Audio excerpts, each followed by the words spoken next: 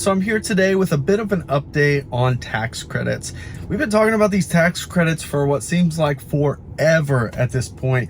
And unfortunately, it has been much of a game of on again, off again, on again, off again. And today is no exception to that seemingly new rule. So this week, Joe Manchin has all but shot down tax credits that were proposed to be coming to EVs here in the US. Now, if you recall, this was a pretty substantial spending bill that included a number of different areas where Democrats wanted to focus spending. One of those areas was tax credits for EVs. This new bill was proposed to bring up to $12,500 depending on how the car was made. Now, since then, that has changed quite a bit and it was slimmed down to $7,500 tax credit.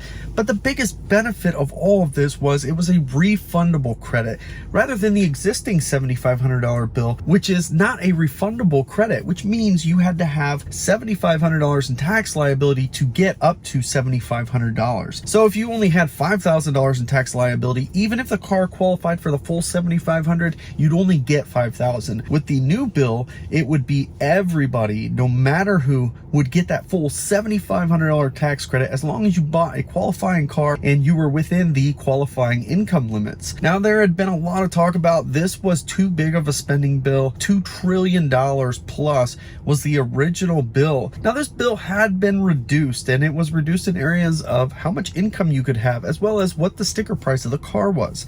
So originally, those targets were brought down to basically $80,000, unless it was a sedan, which was $55,000. Those were the caps on how much the car could cost to qualify for this tax credit. On the other hand, there were also income limits that were adjusted over time. Those income limits had been brought all the way down to $400,000 for joint filers and $250,000 for individuals. Now, that was an income limit that would go down if you made over, but it wouldn't go to zero until you made too much money. But before we dive into all those details, I do want to thank the sponsor of this video, Drive Protected Shop.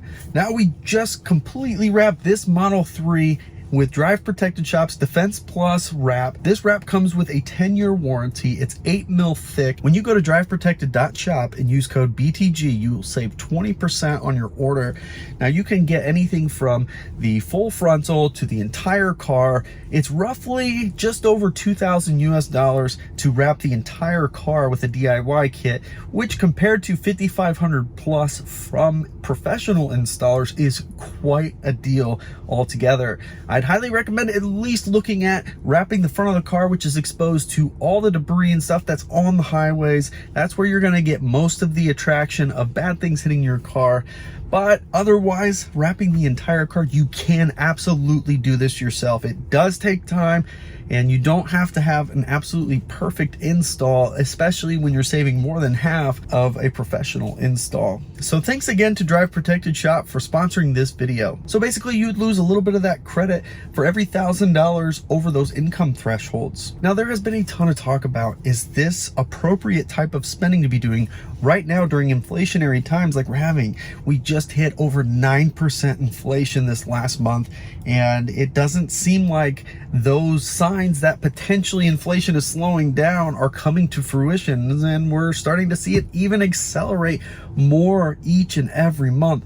So there's a lot of concerns about spending, and Joe Manchin is clearly focused on inflation and ensuring that we're rolling back some of the spending that's not necessary, at least for now. And that's where we're at today. Joe Manchin this week said until inflation starts to cool down, he's not willing to support any of this additional spending. He is willing to support, however, a number of the medical focused parts of this bill. So I think we're up to about $500 billion in spending from something like $2.5 or even more trillion of spending that was originally proposed. So this package, Build Back Better, has been slimmed down significantly. And just this week, Joe Manchin, like I said, has put the kibosh on credits for EVs, at least for now. So unfortunately, we are back to where we were not that long ago. If you remember, at the turn of the year, at the end of 2021, Joe Manchin said he would not support the bill, period. And then after a couple of months when things cooled down, he was back to the negotiating table with Chuck Schumer.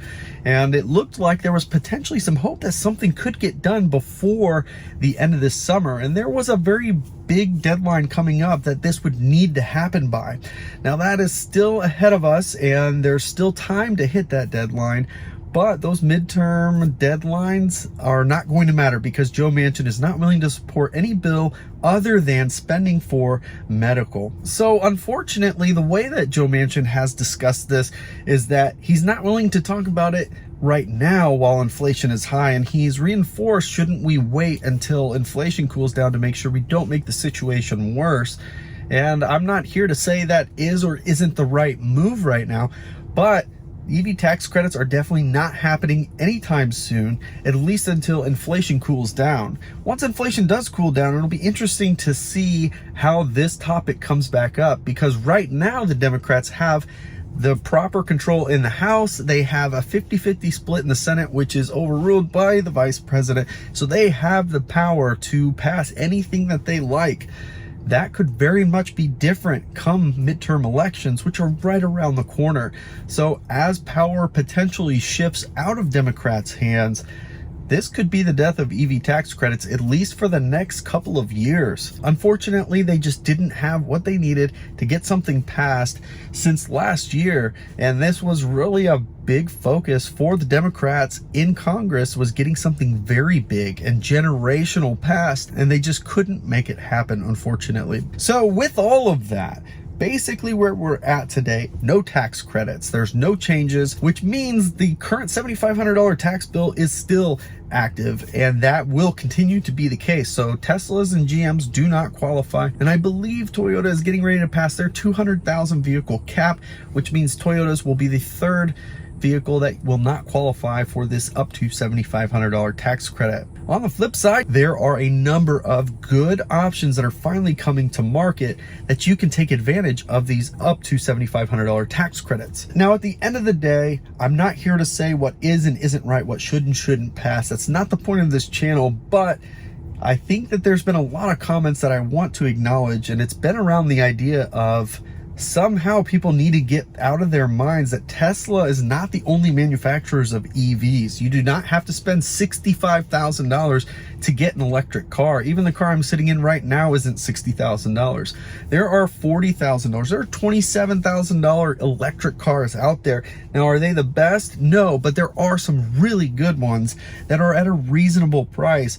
And the focus should probably be, if we are looking to move the masses into electric cars, if that truly is the goal, then we should probably look at ways to get people who don't currently have the ability to access electric cars that ability. So there should probably be even tighter income caps, and there should probably be somewhat reasonable MSRP caps. Maybe that should be lowered as well, to make sure that people who can't afford an EV today have the opportunity to get into an EV.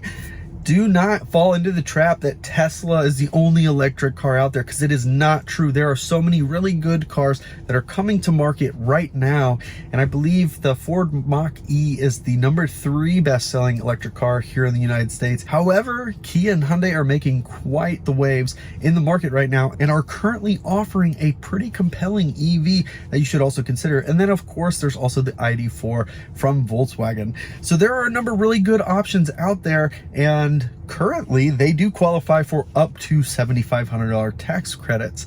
So although we were hoping to see this come to reality here very soon, it's not looking like that is at all going to be the case. Of course, this is Congress we're talking about, and tomorrow everything could be different, but I would never hold your breath waiting on Congress to do anything that is going to help you. So with that, I hope that you enjoyed this video. If you did, of course, give it the thumbs up. If you haven't already, of course, subscribe to the channel as we continue to post content regularly. You can follow us on Twitter and Instagram @BeardedTesla. Thanks so much for joining us, and we'll catch you next time.